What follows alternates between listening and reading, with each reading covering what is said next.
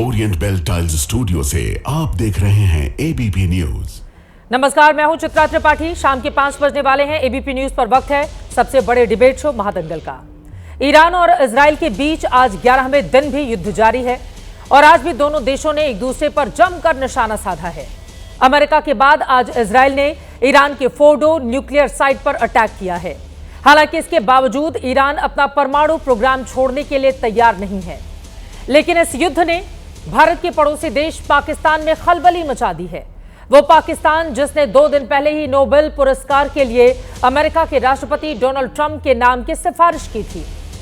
Trump के साथ मुलाकात के बाद पाकिस्तान की ओर से कहा गया कि ट्रंप नोबेल शांति पुरस्कार के असली हकदार हैं। मगर ईरान पर अमेरिका के हमले के बाद पाकिस्तान की आवाम सड़कों पर है। पाकिस्तान के लोग न सिर्फ अमेरिका और ट्रंप के खिलाफ प्रदर्शन कर रहे हैं, बल्कि पाकिस्तान की सरकार की तरफ से नोबेल के लिए ट्रंप के नाम की सिफारिश के खिलाफ भी आवाम के गुस्से से घबराई पाकिस्तान की सरकार को भी मजबूर होकर अब अमेरिका के फैसले की निंदा करनी पड़ रही है। लेकिन इसने पाकिस्तान के दोहरे चरित्र को एक बार फिर से दुनिया के सामने ला दिया है। इन सब के बीच ईरान की संसद से पारित एक प्रस्ताव ने पूरी दुनिया की चिंता बढ़ा दी है। ईरान की संसद ने स्ट्रेट ऑफ हॉर्मुज को बंद करने के प्रस्ताव को मंजूर कर लिया है। हॉर्मुज को बंद करने पर आखिरी फैसला ईरान की सुप्रीम काउंसिल को करना है, लेकिन अगर ये रास्ता बंद हुआ तो दुनिया में खलबली मच जाएगी। तेल के सप्लाई पर बहुत ज्यादा असर पड़ सकता है, क्योंकि दुनिया में 20% तेल का व्यापार इसी रास्ते के जरिए होता है। भारत पर भी इसका असर हो सकता है। आज महादंगल में पूछेंगे, क्या ट्रंप को नोबेल पुरस्कार वाली सिफारिश से पाकिस्तान फंस गया है? क्या ट्रंप से यारी दिखाने के चक्कर में मुनीर पाकिस्तान के आवाम और ईरान से गद्दारी कर रहा है? क्या भारत में तेल महंगा होगा? और सवाल यह भी है कि हॉर्मुज संकट से निपटने के लिए सरकार का क्या प्लान है? कई ऐसे मुद्दे हैं जिसको लेकर करने वाले हैं चर्चा, लेकिन उसके पहले मुनीर के फैसले पर किस तरह की प्रतिक्रिया देखने को मिल रही है? पाकिस्तान में लोग कैसे अपने ही मुनीर के खिलाफ सड़कों पर हैं, आवाज बुलंद कर रहे हैं, सुनिए उन्हें।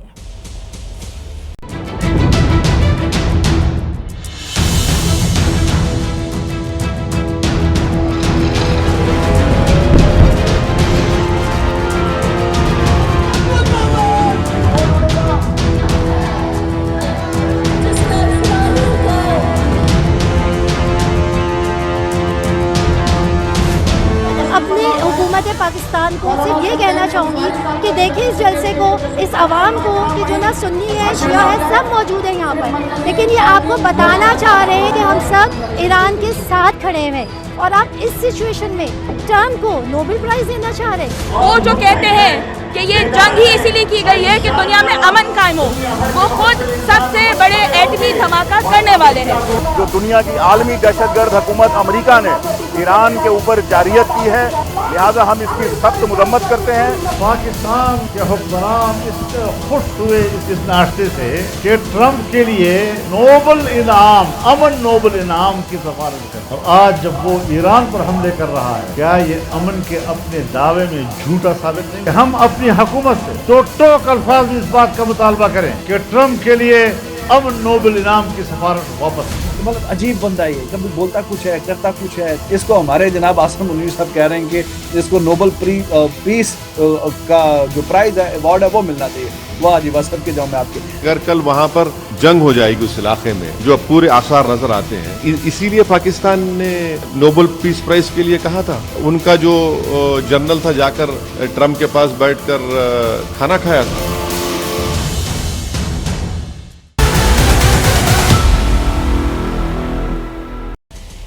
तो ईरान इजराइल की लड़ाई, लेकिन पाकिस्तान की हो रही है जग हंसाई। खुद घर के भीतर पाकिस्तान में मुनीर किस तरह से घिरा हुआ है, लोगों के बयान आपने सुन लिए, लेकिन कई ऐसे सवाल हैं जिसको लेकर हम आगे बढ़ने वाले हैं। ईरान इजराइल का ये जो युद्ध चल रहा है, कहां पर जाकर होगा खत्म? पाकिस्तान का ये जो डबल गेम सामने आ रहा है, उसे आगे आने वाले वक्त में उसका क्या हश्र होगा? और सवाल ये भी पूछे जा रहे हैं कि जिस तरह से फैसले लिए जा रहे हैं, उसके बाद क्या देश और दुनिया में अब कच्चे तेल की कीमत बढ़ेगी, जिससे महंगाई भी बढ़ेगी और उसका असर हिंदुस्तान में भी देखने को मिलेगा। कई मुद्दे उठाएंगे, खास मेहमानों की मौजूदगी है, उनका तारुफ परिचय आपसे करवा देती हूं। हमारे साथ मेजर जनरल बिशंबर दयाल जी, रक्षा विशेषज्ञ, स्टूडियो में आ चुके हैं। एयर वाइस मार्शल पीके श्रीवास्तव जी, रक्षा विशेषज्ञ, आप भी स्टूडियो में हमारे साथ मौजूद हैं। अशोक सज्जनहार जी, पूर्व राजनयिक, भी हमारे साथ जुड़ चुके हैं और भी मेहमान जुड़ते हुए चले जाएंगे जिससे प्रतिक्रिया लेंगे। लेकिन सबसे पहले विश्वंभर दयाल जी, आपसे शुरुआत करते हुए, ये जो तात्कालिक लाभ के लिए मुनीर ने किया, ट्रंप के साथ लंच किया और उसके बाद जो तस्वीरें सामने आई, जिस तरह की चर्चा भी हुई, लेकिन पाकिस्तान में आवाम अब सड़क पर है क्योंकि वहां पर जाकर ट्रंप की तारीफ और यहां पर आकर ट्रंप की या अमेरिका की मुखालफत, ये डबल गेम पाकिस्तान का क्या कहलाता है? देखिए, हम पहले दिन से बहुत स्पष्ट थे कि मुनीर को कोई लंच के लिए नहीं बुलाया, मुनीर को उन चीज़ों के लिए बुलाया जो पाकिस्तान से सिर्फ अमेरिका पाकिस्तान से ले सकता है, और वो था कि भाई एयर स्पेस यूज़ कर सकता है, हो सकता है अपने एसेट्स को उनका फिजिकल एयर बेस यूज़ करके, और हो सकता है पाकिस्तान को और भी तरह यूज़ कर सके ईरान के ख़िलाफ़। और दूसरा, जो चाइनीज जो टेक्नोलॉजीज़ हैं जो इस्तेमाल हुई हैं, चाहे उनके एयरक्राफ्ट की, चाहे उनकी एयर डिफेंस सिस्टम्स की, और चाइना के बारे में भी अगर कहीं से पता लग सकता है तो वो पाकिस्तान से पता लग सकता है। तो मुनीर जो हैं, और मुनीर जैसे कई जनरल्स हैं वहाँ पे, और कई पाकिस्तान की फ़ौज में ऑफिसर्स हैं जिन्होंने, कुछ ने अमेरिका में कोर्सेज कर रखे हैं, कुछ ने चाइना में कोर्सेज कर रखे हैं, कुछ अमेरिका लॉबिस्ट हैं, कुछ चाइनीज़ लॉबिस्ट हैं, कुछ अमेरिका से इक्विपमेंट आ रखा है, वहाँ पुराना इक्विपमेंट सारा अमेरिका का है, टैंक्स देख लो, पुराने एयरक्राफ्ट देख लो, F-16 तक, पुरानी RT गन सिस्टम देख लो, एयर डिफेंस सिस्टम, और नया चाइना से है। तो ये दोनों कंट्रीज का कन्फ्लुएंस है वहाँ पे। तो चाइना के बारे में अगर कहीं से कुछ इंफॉर्मेशन चाहिए तो मुनीर साहब देंगे। तो मुनीर एक मोहरा है जो कि, और देखिए ये स्ट्रीट्स पे चाइना पाकिस्तान में लोग निकलेंगे, पॉलिसी है ना अमेरिका की, जो बात आपने शुरुआत में कही है। देखिए ये जो वर्ल्ड है ना, जिस दुनिया की आप बात कर रहे हो, पाकिस्तान हुआ, यहाँ इन लोगों की ओपिनियन का, लोगों के, इनका कोई ज़्यादा महत्व नहीं है, थोड़े दिन चलेंगे उसके बाद ये बुझ जाएगा। हमारा मकसद है सिर्फ कि पाकिस्तान को कैसे आइसोलेट करें, how to use Iran situation to completely isolate Pakistan. Hindustan का ये एक मैं समझता हूँ ऑब्जेक्टिव होना चाहिए इस पूरे दौरान, कि पाकिस्तान को कंप्लीटली कैसे आइसोलेट किया जाए, खासकर ईरान के जरिए, क्योंकि हमारे बीच में सैंडविच है। और क्योंकि जनरल बख्शी ज्वाइन कर गए, मैं जनरल बख्शी को मुबारकबाद देना चाहता हूँ कि वो पहले दिन से कह रहे थे कि अमेरिका इस युद्ध में कूदेगा, और सर मैं कह रहा था कि शायद नहीं कूदेगा, अपने हाथ गंदे नहीं करवाएगा, पर आपकी बात सच निकली, आपकी एनालिसिस सच निकली, आपकी जो भी आपकी सोच थी वो खरी उतरी।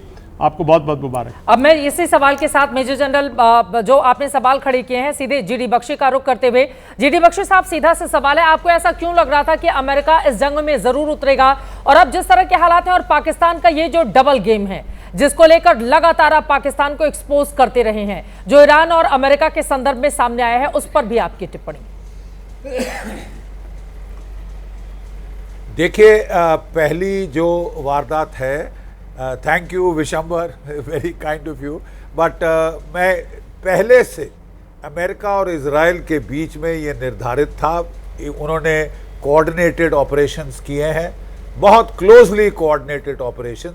पहले good cop bad cop routine follow करी, वो बातचीत कर रहे थे, वो युद्ध कर रहे थे, और फिर ये फैसला हो गया था कि आखिर में अमेरिका फाइनल ब्लो स्ट्राइक करेगा फौदरों के ऊपर, जो उसने कल परसों रात को करी है। ठीक है, क्या उससे डिस्ट्रॉय हो गया है या डैमेज हुआ है, ये बॉम्ब डैमेज असेसमेंट के बाद ही आएगा। अब जहां तक सवाल है पाकिस्तान का, पाकिस्तान जो है ये इसका दोगलापन दुनिया के सामने पकड़ा गया। बिल्कुल, इसने पूरा फायदा उठाने की कोशिश करी कि भारत जो है वो बिल्कुल तिलमिला गया है कि इन्होंने मध्यस्थता करी, तो कूद के बोला कि साहब हम तो नॉमिनेट कर रहे हैं आपको नोबेल पीस प्राइज के लिए, आपकी मध्यस्थता के लिए हमारा जो ऑपरेशन सिंदूर को, जिसको हमने पॉज किया था, उसको ये कह रहे हैं कि आपने रोका है। मतलब they are trying to falsify the Indian narrative. और वो बोलते हैं ना साहब, वो खुद अपनी जाल में मकड़ी खुद ही फंसती है। दूसरे दिन अमेरिका ने अटैक कर दिया ईरान के ऊपर, और अब जो है मुल्ला मुनीर को मीर जाफर, पाकिस्तान के लोग मीर जाफर कह रहे हैं। हम सब जानते हैं मीर जाफर की भूमिका कैसी गद्दारी की भूमिका थी। ये तो एक ख्वाब देख रहे थे कि मैं अगला खलीफा बनूंगा मुस्लिम वर्ल्ड का, मुस्लिम उम्मा का, क्योंकि मेरे पास न्यूक्लियर बॉम्ब है।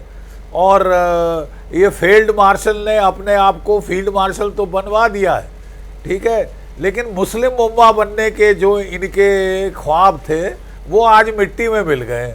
क्योंकि जिस दिन जाके ये नॉमिनेट करने की बात करके आए कि साहब हम डोनाल्ड ट्रंप को नॉमिनेट कर रहे हैं, उसके अगले 2 दिन के बाद अमेरिका ने हमला कर दिया। और अमेरिका ने इनको बुलाया था कोई खास भीड़ थपथपाने के लिए नहीं, बल्कि ये बोलने के लिए कि अगर हमारा ईरान से युद्ध होता है तो हम उम्मीद करते हैं, हम डिमांड करते हैं कि तुम हमको सपोर्ट दो। बिल्कुल, जैसे अफगानिस्तान में युद्ध के लिए लॉजिस्टिक सपोर्ट दिया था, और जो सिस्तान प्रोविंस है ईरान की, उसके अंदर जो सुन्नी बलूच इंसर्जेंट्स हैं उनको सपोर्ट देने के लिए हमारी मदद करो। मतलब जमीन उसकी दुम मरोड़ कर वहां पे उसको बिठा दिया गया। अगर आप ज्यादा ओवर ईगर साउंड करें अमेरिका की पीछे लग्गू बनने का, तो अमेरिका पूर्ण फायदा उठाता है। बिल्कुल, पूरा फायदा उठाया है अमेरिका ने, इनकी टेल ट्विस्ट करी। और ईरान पाकिस्तान की जो सीमा आपस में जुड़ती है वो पूरा यूज एंड थ्रो की पॉलिसी, ये बहुत बड़ी बात आपकी ओर से कही गई है। इस पर बाकी मेहमानों की प्रतिक्रिया लेते हुए फिर मैं फौरन आपके पास आऊंगी। नरेंद्र तनेजा जी एनर्जी एक्सपर्ट भी हमारे साथ जुड़ चुके हैं, अशोक सज्जनहार जी पूर्व राजनयिक हमारे साथ जुड़े हुए हैं, रविंदर सचदेव जी विदेश मामलों के विशेषज्ञ भी हमारे साथ जुड़े हुए हैं। इस स्टूडियो में एयर वाइस मार्शल पीके श्रीवास्तव जी हैं। अब मैं सीधे आपसे ये जवाब लेते हुए, पाकिस्तान की आवाम कह रही है कि ये जो सिफारिश की गई थी ट्रंप के लिए नोबेल पुरस्कार की, उनको मिला जाना चाहिए, शांति दूत हैं ये वो, दुनिया भर की बातें, वो पाकिस्तान वापस थे। आपको लग रहा है कि मुनीर का या वहां के हुक्मरानों का इस तरह का चरित्र है कि ट्रंप की जितनी वाहवाही करके आए हैं अब इसको वापस लिया जाएगा? चित्रा, आप मुझसे पूछ रहे हैं? जी बिल्कुल, अच्छा। आपसे। सो चित्रा, ये तो बिल्कुल साफ दोनों पैनलिस्ट ने बता दिया, जनरल दयाल ने और जनरल बख्शी ने, कि मुल्ला मुनीर फील्ड मार्शल और फील्ड मार्शल जो भी आप उनको कहना चाहें, वो यही नहीं, वो चाहते थे कि वो चेयरमैन नोबेल प्राइज कमेटी के भी दिखाई दें। उम्मा की बात तो अलग है। अब उन्होंने सोचा ये मौका बहुत अच्छा है, भारत ने कहा है कि मध्यस्थता नहीं हुई है, जबकि वो गए थे मांगते हुए कि भाई इनको बोलिए कि रुकें। तो जो वर्ड बीच में आया था, कई बार आया था, नरेंद्र सरेंडर, एक्चुअली ये था कि ट्रंप ने मुनीर को बोला था, मुनीर सरेंडर टू नरेंद्र, उस तरीके से चल रहा था माहौल। अब उसका वो फायदा उठाने के लिए गए, उन्होंने लंच खाया, अब लंच का आप दीजिए, वो तो पूरा हर भरपाई लेंगे।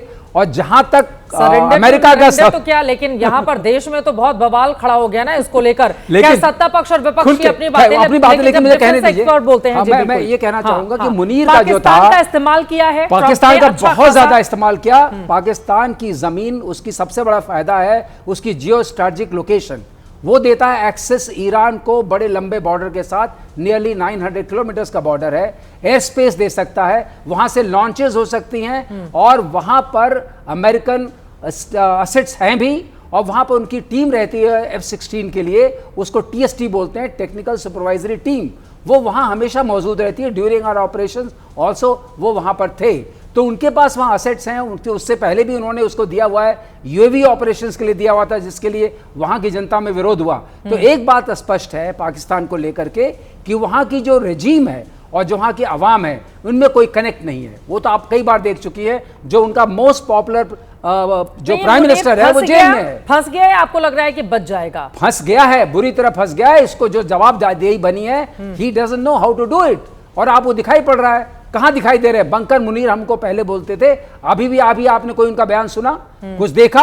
कहीं भी नहीं आ रहे हैं। वहां से तो लंच खा के ऐसे आए थे जैसे कि कोई तमगा लेके आए, जंग जीत कर आए हैं। बिल्कुल, ये बड़ी बात आप कह रहे हैं। रविंदर सचदेव जी, सीधे आपके पास आते हुए, ये जो जंग जीत कर ट्रंप के साथ खाना खाने के आने के बाद जो दिखावा कर रहा था मुनीर, आपको लग रहा है कि पूरी तरह से एक्सपोज हो गया है? लेकिन एक और चीज, अमेरिका में जाकर ट्रंप की तारीफ और पाकिस्तान में आकर फिर अमेरिका की मुखालफत, ईरान पर जो हमला किया गया है, ये क्या कहलाता है?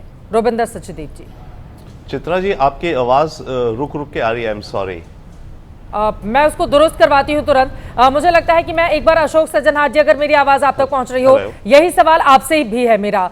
कि वहां पर जाकर ट्रंप के साथ खाना खाना और वापस आकर अब अमेरिका के खिलाफ यहां पर बोलना, ये क्या कहलाता है पाकिस्तान का चरित्र?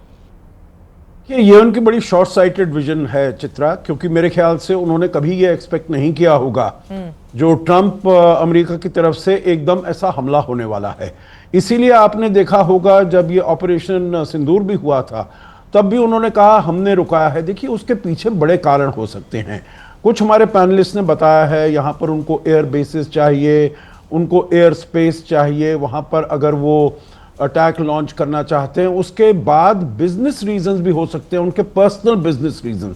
जैसे ये कहा गया है उनके बेटे का और स्टीव विटकॉफ के बेटे का, उन्होंने क्रिप्टो करेंसी में कोई बहुत बड़ी डील की है वहाँ पर, जिसमें उनके अपने परिवार को उसका फायदा होने वाला है। उन्होंने कोई बड़ी डील की है रेयर अर्थ्स और मिनरल्स की है। तो देखिए ये बहुत ही जिसे कहा जाता है ना व्हील्स विद इन व्हील्स, तो वो तो उन्होंने पहले ही उनको कह दिया था, सब on the dotted line. Shahbaz Sharif ने भी दस्तखत कर दिए और ये इन्होंने आसिम मुनीर ने भी कर दिए। उन्होंने ये एक्सपेक्ट नहीं किया था जो इतनी जल्दी हमला होने वाला है, और इसीलिए उन्होंने ये पेपर्स पुट इन कर दिए। आपने एक फ्रेज का इस्तेमाल किया था चित्रा, जो ये है क्या, यूज एंड थ्रो उनकी पाकिस्तान के लिए। थोड़ी सी मैं उसमें चेंज करना चाहूंगा, ये है use and keep for future. वो थ्रो पाकिस्तान को नहीं करते हैं। देखिए पाकिस्तान के साथ उनका जो किस्सा है वो बहुत पहले से चल रहा है। लोगों ने सोचा था जब वो अफगानिस्तान से निकल गए तो ठीक है, अब पाकिस्तान की अहमियत एकदम खत्म हो गई है। अब पाकिस्तान को बिल्कुल भी कोई महत्व नहीं देंगे, कोई उनके तरफ आंख उठाकर नहीं देखेंगे, परंतु ऐसा नहीं हुआ। उन्होंने फिर भी F-16 की सर्विसिंग के लिए $300 मिलियन उनको दिए, वगैरह वगैरह सभी कुछ उनके साथ किया, क्योंकि उनको मालूम है जो पाकिस्तान की हमको बाद में जब जरूरत पड़ेगी तो हम उसको लेंगे। देखिए पाकिस्तान एक ऐसा स्टेट है जो बिकने के लिए तैयार है। आप उसको राइट प्राइस दीजिएगा वो आपके साथ हो जाएगा, और यही पाकिस्तान ने किया है।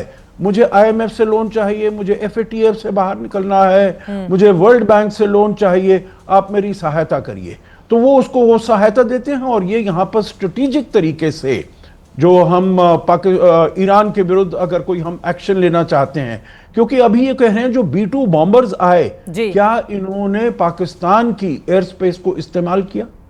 तो इसको बहुत उनके ऐसे हैं व्हील्स विद इन व्हील्स हैं, जिसकी वजह से वो पाकिस्तान को अपनी तरफ रखना चाहते हैं। और मैं समझता हूं ये पासा बिल्कुल उलट पड़ गया, क्योंकि इनकी विजन जो है आसिम मुनीर की बड़ी शॉर्ट साइटेड है।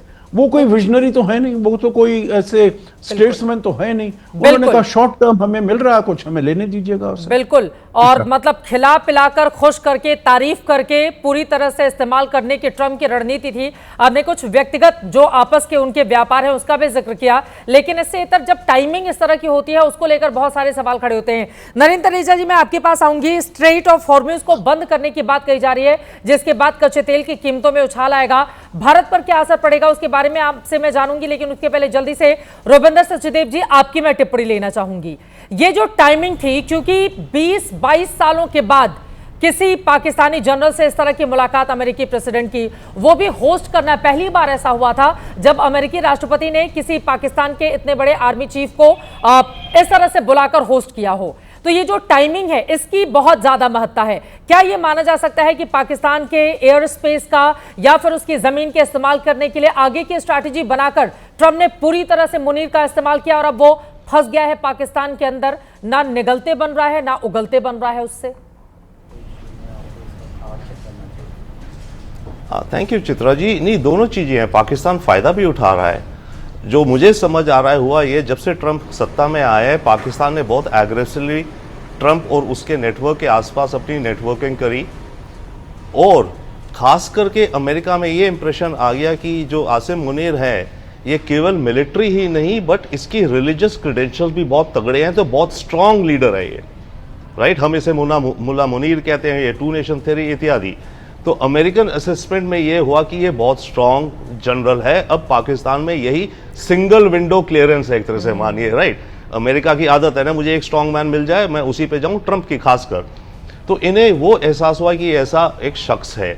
देन सेकेंडली ये जो ईरान का मामला बढ़ रहा था, मेरे विचार से इन्होंने इनवाइट किया या जो भी कि ओके इससे हम डिस्कस करते हैं, देखते हैं कि ईरान में अगर हमें मदद चाहिए, जैसे जनरल बख्शी बता रहे थे, हमें वहाँ आर्मी या अपने बूट्स ऑन ग्राउंड या कुछ नहीं करना, पर अगर हमें अपने एजेंट्स अंदर घुसाने हो साउथ बलूचिस्तान में, हमें लॉजिस्टिक्स रॉकेट लॉन्चर्स वगैरह भेजने साउथ बलूचिस्तान में, ईरान में, वहाँ की इंसर्जेंसी को बढ़ाने के लिए, तो पाकिस्तान इसको बोलते हैं एक आंख दूसरी तरफ करो ताकि हम करते रहें।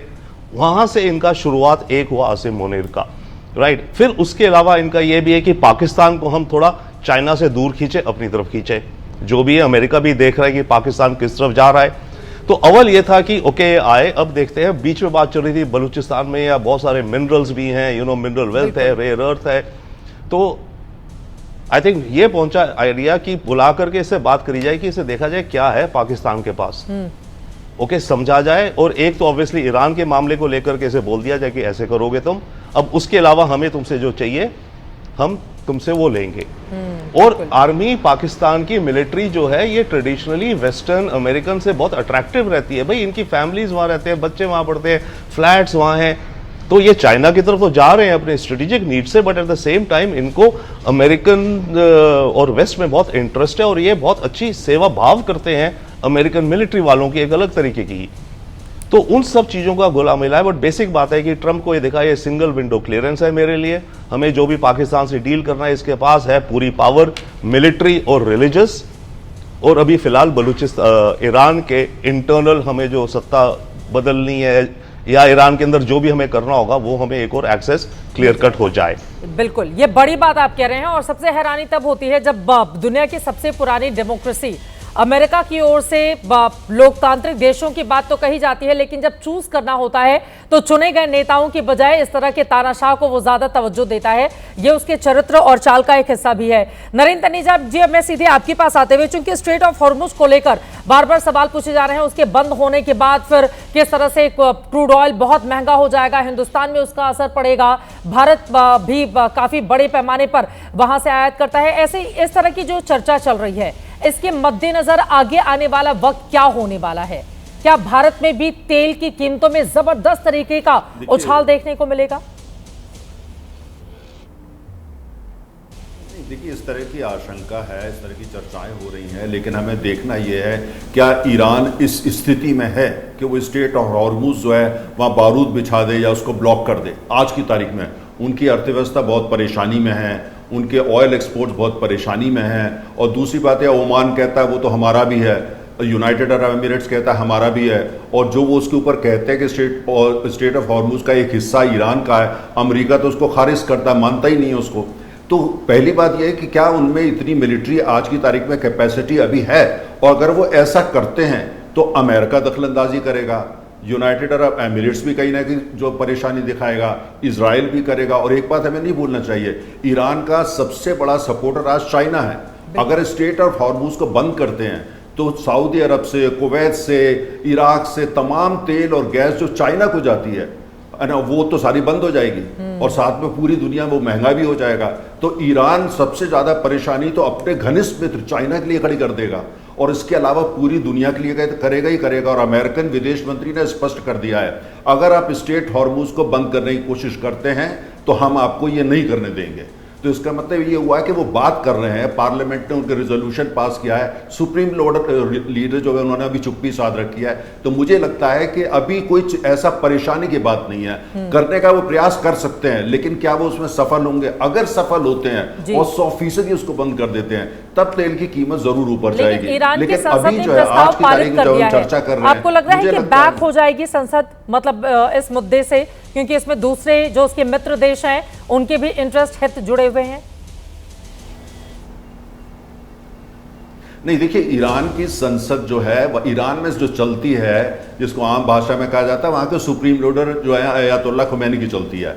पार्लियामेंट ने पास कर दिया, उसकी कोई बहुत ज्यादा, कम से कम मैं उसको ज्यादा तवज्जो अहमियत नहीं देता हूं। सुप्रीम लीडर 10 दफा सोचेंगे इससे पहले स्ट्रेट ऑफ हॉर्मुज, जो आज तक इतिहास में कोई कभी ब्लॉक नहीं करी गई, क्योंकि ऐसा करने से सऊदी अरब की अर्थव्यवस्था परेशानी में, इराक की परेशानी में, कतार की परेशानी में, पूरी दुनिया की अर्थव्यवस्था परेशानी। 100 मिलियन बैरल ऑयल तेल जो है रोजाना खपत होती है उसकी, उसमें से 20 मिलियन 20% उधर से ही निकलता है। चैनल ही शिपिंग चैनल वो है। हम 89% तेल मंगाते हैं, 40% वहां से मंगाते हैं। अगर ऐसा कुछ करते हैं, एलपीजी का सिलेंडर हो, कच्चा तेल हो, प्राकृतिक गैस हो, हमारे लिए तो बहुत बड़ी मुसीबत खड़ी हो जाएगी। हम तो दुनिया के तीसरे सबसे बड़े कंज्यूमर हैं तेल के। तो इसलिए जो है वो भारत क्या चाहता है, इसके अलावा सऊदी अरब कोई कमजोर मुल्क नहीं है, फौजी रूप से भी ताकतवर मुल्क है। यूनाइटेड अरब एमिरेट्स जो है वो भी तो इतना आसान नहीं होगा। सबसे बड़ी बात है कि चीन जो उनका सबसे बड़ा समर्थक, जो 460 बिलियन डॉलर में इन्वेस्ट कर रहा है, ईरान को आज कहा जाता है वो चाइनीज इकोनॉमिक कॉलोनी है, इतना इन्वेस्टमेंट हो चुका है। क्या वो चीन के खिलाफ जाएगा? तो मुझे लगता है बातें हैं, आशंका जरूर है। क्या वास्तव में ऐसा होगा, मैं अभी उसके बारे में थोड़ा इंतजार करूंगा, थोड़ा सा इंतजार। लेकिन जब युद्ध की परिस्थिति बनती है तो उस समय कई बार वो सारे निर्णय लेने पड़ते हैं जो आज तक नहीं लिए गए। तो क्या ऐसा होगा, थोड़ा सा और इंतजार कर लेते हैं। वापस से मैं लौट कर आ जाती हूँ उस मुद्दे पर। मेजर जनरल बिशंबर दयाल जी आपके पास आते हुए, फिर जीडी बख्शी साहब मैं फौरन आ रही हूँ आपके पास। बिशंबर दयाल जी, अब सवाल यह है कि भारत का स्टैंड देखिए, क्या किस तरह का अमेरिका में लंच किया और उसके बाद यहां पर ईरान के साथ खड़ा हो गया, पाकिस्तान की बात आ गई। हिंदुस्तान के भीतर भी इसको लेकर बार बार सियासत गरमाती रही कि ईरान के साथ भारत क्यों नहीं खड़ा होता है। कांग्रेस पार्टी की ओर से, सोनिया गांधी की ओर से ये सवाल खड़े किए गए। अभी जो हमारी स्थिति है, हमारी जो पोजीशन है, मतलब दोनों ही तरफ बैलेंस करके चलना। इजरायली पीएम बेंजामिन नेतन्याहू से नरेंद्र मोदी ने शुरुआत में बात की और फिर हमने देखा कि ईरान में किस तरह से उनके सुप्रीम से बातचीत की है। ये क्या दिखाता है हिंदुस्तान का स्टैंड, उनके राष्ट्रपति से बातचीत की? देखिए, मैं एक इस मुद्दे पर आता हूं, लेकिन एक मैं बात बताना चाहता हूं कि जितना फसाड था, ये जो ये था ना कि भाई उनको हम नोबेल प्राइज ये वो, ये सारा कवरअप था, ये फसाड था। ये ट्रम्प भी जानता था, ये भी जानते थे। असली मुद्दा ईरान था और असली मुद्दा पाकिस्तान है अमेरिका के लिए। तो वो ये सब फसाड, ट्रम्प ऑल्सो नोज कि ये सब फसाड है, ये पब्लिक के लिए फसाड था। और जहाँ तक ये शहरों में जगह जगह जो वो हो रहा है पाकिस्तान में, अरब वर्ल्ड में इनकी कोई अहमियत नहीं है, ये इस पे ज़्यादा तवज्जो मत दीजिए। अब मैं आता हूँ भारत का क्या होना चाहिए। देखिए, मेरा मानना ये है कि इस पूरे के पूरे युद्ध में अगर इनके बाद, ईरान के बाद, और कोलेट्रल अगर डैमेज किसी को हो सकता है इनडायरेक्टली इकोनॉमी को, हमारे स्टेटस को, तो भारत है।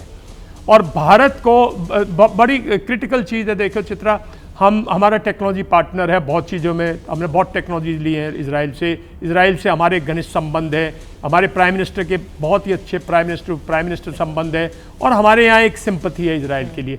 लेकिन हमें नहीं भूलना चाहिए कि अगर ईरान बिल्कुल टूट जाता है और ईरान में अमेरिकन बेस आ जाता है, तो साहब आप कैसे पाकिस्तान को आइसोलेट करोगे? हमारी ना तो दुश्मनी, हमारी ना तो हमें ईरान की जीत से कोई हासिल होता, ना इजराइल की जीत से। हमें तो सिर्फ पाकिस्तान को आइसोलेट करना है और चाइना को कंटेन करना है, दुनिया में पीस की करार करनी है। क्योंकि हमारे पास है 140 करोड़ लोग। अगर दुनिया में ऐसे हाहाकार मस्ती रहेगी तो ना हमारी इस सीमा के अंदर ऐसी कोई नेचुरल रिसोर्सेज हैं, ना हमारी कोई ऐसी आउटपुट्स हैं। हमारे लोगों को एम्प्लॉयमेंट और ये दुनिया में मिली हुई है, हमारे 9 मिलियन लोग यहाँ एम्प्लॉयमेंट में। तो मेरा मानना यह है कि भारत को और अगर ईरान आप अगर ईरान को सपोर्ट करते हो तो कल आपको पाकिस्तान को आइसोलेट करने में आसानी है ना। आपने छापामार आपने बनाया था ना, ईरान ने दिया था आपको, किसी कंट्री ने आपको जगह नहीं दी। तो भारत को इस टाइम पे पीस की गुहार करनी चाहिए, ना कि किसी की साइड लेनी चाहिए। इम्पार्शली, सिंसियरली भारत को वो किसी की साइड लेने में क्या नुकसान हो जाएगा? आप देखिए कि मैं बता रहा हूं, अगर आप ईरान की साइड लेते हैं, आप ईरान की साइड, तो आपने इजराइल जो है वो अमेरिका के साथ है, इजराइल और आपसे टेक्नोलॉजीज और दुनिया भर की जो कॉपरेशन है उसमें इफेक्ट आएगा। ठीक है। और अगर आप इजराइल की पूरी साइड लेते हो और ईरान पूरा ध्वस्त हो जाता है, तो मैं कहता हूं अगले 50 साल तक हम लोग बड़े हो गए, हमने जिंदगी गुजार दी फौज में सुनते सुनते कि हमारा एक बहुत बड़ा बेनिफिट है पाकिस्तान के खिलाफ कि उसके पास स्ट्रेटेजिक डेप्थ नहीं है। इसीलिए हमारे लिए अफगानिस्तान और ईरान बहुत महत्व है ना हमारे लिए। पाकिस्तान कभी आपसे दोस्ती नहीं करेगा। जितना फसाड ये हम कह रहे हैं ना अमेरिका के लिए, पाकिस्तान अमेरिका के लिए कुछ भी कर सकता है जब तक वो उसकी सपोर्ट मिलेगी इंडिया के खिलाफ। पाकिस्तान का एक मुद्दा है हिंदुस्तान हिंदुस्तान हिंदुस्तान, बिल्कुल उसकी खिलाफ। और पाकिस्तान अगर तो ईरान, नासूर है, अगर देखिए अगर इरादा पूरा हो जाता है इराक इजराइल का और अमेरिका का जी, और कल ईरान भी ध्वस्त हो जाए तो साहब एक और बेस आ गया ना अमेरिका का, तो एक और बेस ईरान में आ गया। ऑलरेडी पाकिस्तान उसकी पॉकेट में, तो नुकसान तो आपका कहीं कहीं होएगा ना। आप ये कह रहे हैं कि ईरान का मजबूत रहना ही हमारे बहुत, ईरान का मजबूत रहना, ईरान का इंडिपेंडेंट रहना है ना। हम खोलकर कहां साथ हैं, हम तो दोनों को बैलेंस कर रहे हैं। बैलेंस कीजिए ना, क्योंकि हमारी कंपल्शन है और जब ऐसी चीज होती है तो बैलेंस करना आवश्यक है, लेकिन साइलेंस से बैलेंस नहीं। आप पीस इनिशिएटिव लीजिए, आप पीस इनिशिएटिव लीजिए। आप ग्लोबल पावर हैं साहब, आप रशिया को, आप सऊदी अरेबिया को, आप reach out to countries like minded countries. लेकिन रशिया की ओर से ईरान के समर्थन में जिस तरह के बयान सामने आए हैं, उसने कोई हथियार नहीं दिए, उसने कोई नहीं किया, वो वर्बल समर्थन है।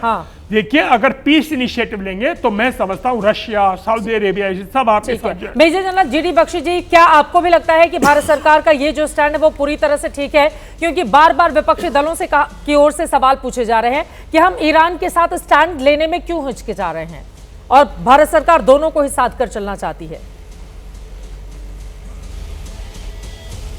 नहीं, देखिए सिंपल फैक्ट है कि दोनों देशों के साथ हमारे तकरीबन अच्छे संबंध हैं।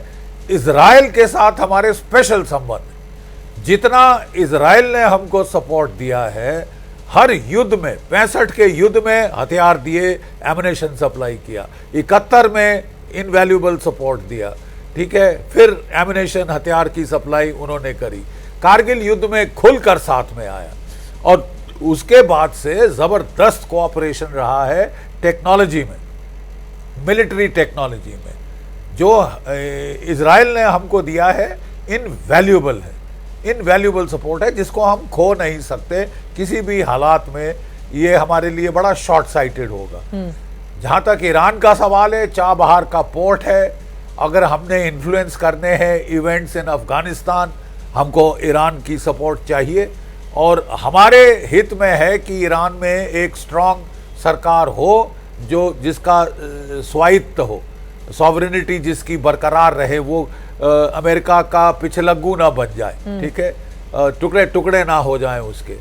तो इसके में मैं सहमत हूं जो जनरल बिशंबर दयाल कह रहे हैं कि India is well placed to talk for peace, और उसमें फिर अगर आप पक्षपात करें तो फिर आप पीस नेगोशिएशन में हेल्प नहीं कर सकते। यूक्रेन रशिया से ज़्यादा हमको यहाँ पे पीस नेगोशिएशन करने की ज़रूरत है, क्योंकि यहाँ दोनों तरफ हमारे हित बंधे हुए हैं। बिल्कुल। एंड यू आर आपकी काफ़ी इज्जत है दोनों देशों में, आपकी काफ़ी चलती है। देखिए अब ये युद्ध इस करार पे आ रहा है कि दोनों देश थक रहे हैं, इजराइल भी थक रहा है, ईरान भी थक रहा है।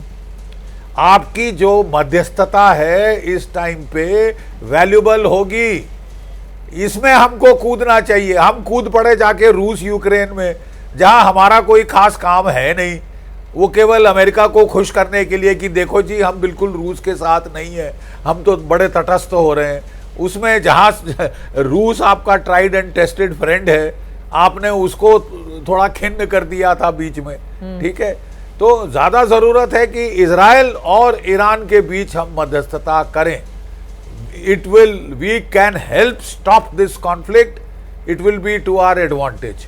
दोनों साइड पे हमारा पलड़ा भारी है, दोनों साइड पे पलड़ा भारी है, और वो लोग सुनेंगे भी हमारी, और बाकी दुनिया भी परेशान हो गई है अब इस कॉन्फ्लिक्ट से। अमेरिका, डोनाल्ड ट्रंप हर जगह नोबेल प्राइज वो पाना चाहते हैं, हाँ। लेकिन उन्होंने तो अब बीच में हिस्सा ले लिया है ना, लेकिन ईरान अब तो बोल रहा है वो ना, डोनाल्ड ट्रंप हट गए, किया है, खत्म हम करेंगे। You couldn't have gone into Ukraine because Donald Trump wanted that peace prize। GD Bakshi साहब, लेकिन ईरान तो नहीं यहाँ डोनाल्ड ट्रंप साहब is out of the race for खत्म हम करेंगे। बिल्कुल, ये मेरे ख्याल अगर ईरान इस वक्त अकलमंदी दिखाए, उसके हित में है to call off the conflict, क्योंकि एयर सुपीरियॉरिटी वो खो चुका है। जितना कॉन्फ्लिक्ट एक्सटेंड होता है उसको मार पड़ती रहेगी, वो भी मिसाइल मारता रहेगा 20-30 हर रोज, लेकिन ज़्यादा नुकसान इजराइल का होगा, ईरान का होगा। इसलिए ईरान के लिए अक्लमंदी है इस वक्त कि वो कॉल ऑफ करे, और लड़ना है तो बाद में कभी वक्त चुन के लड़े। ये आपने अच्छी स्ट्रैटेजी बताई ईरान के लिए, लेकिन सब डिपेंड करता है बिल्कुल क्या मैसेज दिया है पुतिन ने ईरान के फॉरेन मिनिस्टर को। बिल्कुल, ये बड़ी बात आपकी ओर से कही जा रही है। नरेंद्र तनेजा जी हाथ उठा रहे थे, उसके बाद अशोक सरजनहार जी मैं फौरन आ रही हूँ। तनेजा जी आप कुछ कहना चाह रहे थे? मैं आ रही हूँ फौरन आपके पास। चित्रा, मेरा ये कहना है कि ईरान जो है वो स्ट्रेटेजिकली ऑटोनोमस रहे, हमारे हित में है, ये हमारे इंटरेस्ट में है। लेकिन साथ में हमको ये भी देखना है कि जैसे चाबहार का जिक्र किया गया, हमारा अनुभव वहाँ बहुत अच्छा नहीं है। मैं खुद वहाँ गया हुआ हूँ। हमने फरसाद बी गैस फील्ड वहाँ पे हमने डिस्कवर करी, उन्होंने उठा के चाइना को पकड़ा दी। हमने $30 बिलियन का LNG इन्वेस्टमेंट की बात करी, उन्होंने वो हमको नहीं दिया। तो ईरान हमारा मित्र है। और एक ये मत भूलिए, भारत भी नहीं चाहता, हम भी नहीं चाहते कि ईरान आणविक हथियार बनाए। अगर ईरान ने आणविक हथियार हासिल कर लिए तो कल को सऊदी अरब भी करेगा, यूनाइटेड अरब एमिरेट्स भी करेगा, इजिप्ट भी करेगा, टर्की भी करेगा। और कहां से करेंगे? सब पाकिस्तान से करेंगे। तो पाकिस्तान की अहमियत तो कहीं की कहीं पहुंच जाएगी। हम नहीं चाहते ऐसा हो। इसलिए ईरान आणविक हथियार ना बना पाए, उसमें हम इजराइल के साथों में होना चाहिए। लेकिन ईरान मजबूत रहे, स्ट्रेटेजिक ऑटोनॉमी उसकी रहे, वो मेन स्ट्रीम हो जाए, ये हमारे हित में है। अब ईरान पे इसको फैसला ले रहा है। लेकिन एक ईरान जो है मजबूत रहे। दुनिया के दूसरे सबसे बड़े गैस के भंडार ईरान में, तेल के भारी भंडार, और हमें उनका गैस भी चाहिए, हमको तेल भी चाहिए। लेकिन साथ साथ आणविक हथियार अगर उन्होंने बना लिए, पूरे मिडिल ईस्ट का बैलेंस खराब हो जाएगा, सेंट्रल एशिया का बैलेंस खराब हो जाएगा। और सबसे बड़ी चुनौती इजराइल अमेरिका को तो होगी, लेकिन हमको भी कम चुनौती ईरान नहीं देगा। इसलिए हमको स्ट्रेटेजिकली सोचना है, जज्बातों में बहना नहीं है। ठीक है अशोक सरजनहार जी, अब मैं सीधे आपके पास आते हुए जो बातें इन्होंने कही हैं, क्या आप उससे सहमति रखते हैं? और यहाँ पर ट्रंप तो ये भी बोल रहे हैं मेक ईरान ग्रेट अगेन। उनकी ओर से और भी तमाम तरह की बातें ईरान के संदर्भ में कही जा रही हैं। मौजूदा जो सत्ता के केंद्र में लोग हैं, उनको लगातार वो ईरान के लोगों के खिलाफ करार दे रहे हैं। ऐसे में ईरान का बार बार ये कहना कि शुरू तो तुमने किया है लेकिन खत्म हम करेंगे, आपको लग रहा है कि इतनी जल्दी ये युद्ध समाप्त होता हुआ नजर आ रहा है? और मध्यस्थता की कोशिशें कितनी कामयाब होंगी?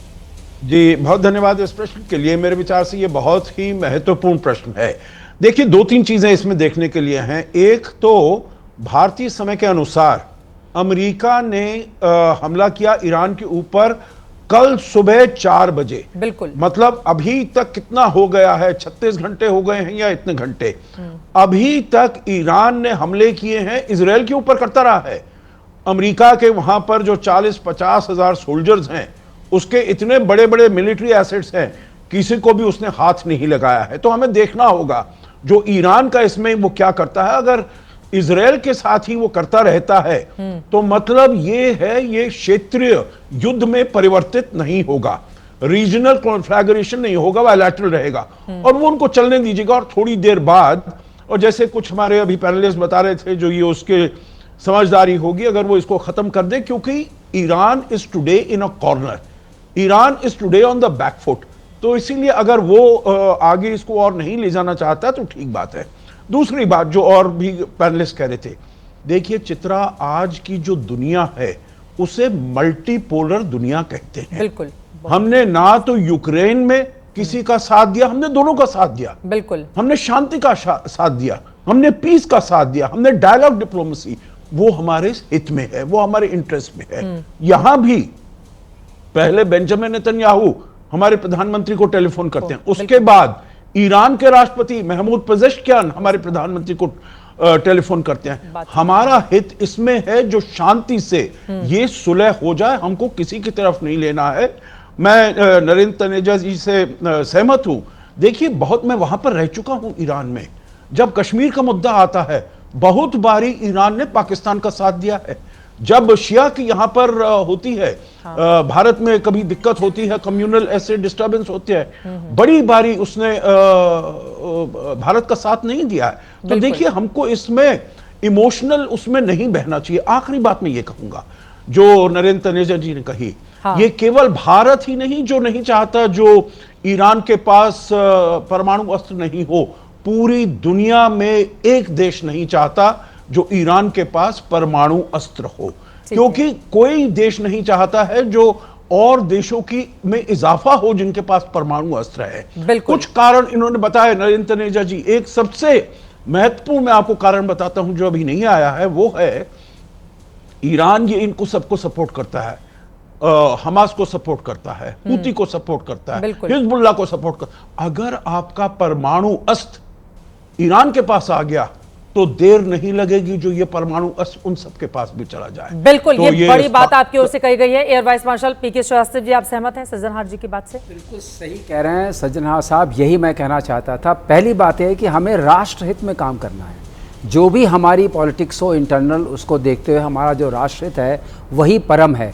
आप देखिए इस सिचुएशन में हमें रशिया की भी ज़रूरत थी और हमें अमेरिका की भी ज़रूरत थी। और जहाँ तक टेक्नोलॉजी की बात है चित्रा जी, मैं आपको बता दूँ बहुत क्रिटिकल टेक्नोलॉजीज़ आती हैं इजराइल से हमारे पास, चाहे वो आपके इंक्रिप्शन की टेक्नोलॉजी हो, सैटेलाइट कम्युनिकेशन में काम आती है, सीकर्स की टेक्नोलॉजी हो, इलेक्ट्रॉनिक वॉरफेयर की टेक्नोलॉजी हो। इनके बिना हमारी जो मिसाइल्स बन रही हैं, हमारे जो ये ब्रह्मोस वगैरह बन रहे हैं, इन सबके प्रोडक्शन में बहुत क्षति होगी, क्योंकि बिना सीकर्स के आपके मिसाइल्स में कोई वो नहीं है।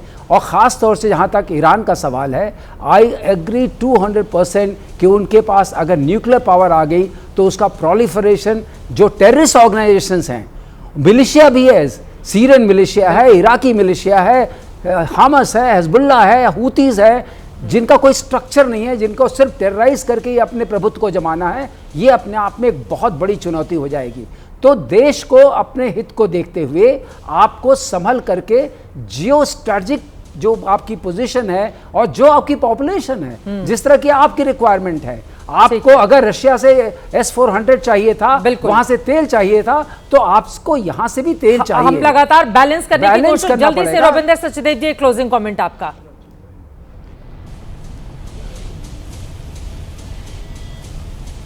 हाँ जी, मेरे से? जी जी सर। ओके, क्विकली अभी जो एयर मार्शल सर ने कहा, इसको सोचते हुए मैं 2 पॉइंट क्विकली कहता हूं। मतलब बॉटम लाइन क्या हो सकता है? एक तो ईरान का रिएक्शन होगा जब इनकी जो रेजीम है, इसको लगेगा हम तो सब गए, खामेनी को मार दिया जाएगा, औरों को भी मारते जाएंगे, इन्हें होगा अब तो हम टोटल गए। उस हालात में ये 2 चीजें कर सकते हैं। एक, ये जो अमेरिकन बेसिस हैं, खासकर सऊदी अरब में, कतर में, बहरीन में, जो महंगे देश, महंगी बड़ी हैं, नॉट इराक सीरिया, वो तो छुटमुट है, वहां पर ये अटैक्स करेंगे, क्योंकि वहां पर ये सऊदी को भी डिस्टेबलाइज करेंगे, पूरे मिडिल ईस्ट को करेंगे डिस्टेबलाइज। बट वो होगा हाराकिरी सुसाइड वाला माहौल। 1 सेकेंड सुसाइड वाला माहौल होगा जो भी एयर मार्शल कह रहे हैं, ये जो 400-500 किलोग्राम यूरेनियम 60% एनरिच पता नहीं कहाँ है, कुछ पता नहीं, देखा जाएगा। इससे आप न्यूक्लियर बॉम्ब नहीं बना सकते, पर इससे आप डर्टी बॉम्ब बना सकते हैं जो रेडिएशन लीक कर सकता है। तो इसमें क्या कर सकते हैं, ये 10-10 किलो के 50-60 पैकेट सूटकेसेस अगर फैला दें और वो यूज हो, उनका डैमेज ज्यादा नहीं होगा। बाय द वे, उनसे लोग ज्यादा मरेंगे नहीं। एयर मार्शल और सब न्यूक्लियर एक्सपर्ट्स यहां और बैठे हैं मैम। तो 5 किलोमीटर एरिया में दहशत फैल जाएगी कि न्यूक्लियर कंटामिनेशन हो गई है, बिल्कुल उसको पूरा डीकंटामिनेट करना पड़ेगा, बहुत भयानक माहौल हो जाएगा। तो और वो ये 2 वर्स्ट केस मैं कह रहा हूं। अगर आज के लिए रविंदर साहब, मैं आपसे माफी चाहूंगी, मेरे पास बिल्कुल वक्त नहीं है ना। तो उसका भी अगर आप लोग समझते नहीं हो, सारा पाकिस्तान से मुद्दा हट गया। अरे पाकिस्तान अनस्टेबल कंट्री, टेररिस्ट के हाथ में, उसके पास न्यूक्लियर पावर है, बिल्कुल। और ईरान की चिंता अगले दिन हम चर्चा को आगे बढ़ाएंगे। अनस्टेबल कोई भी नहीं है। बिल्कुल, अभी के लिए दीजिए इजाजत। देश और दुनिया की तमाम खबरों के लिए देखते रहिए एबीपी न्यूज़।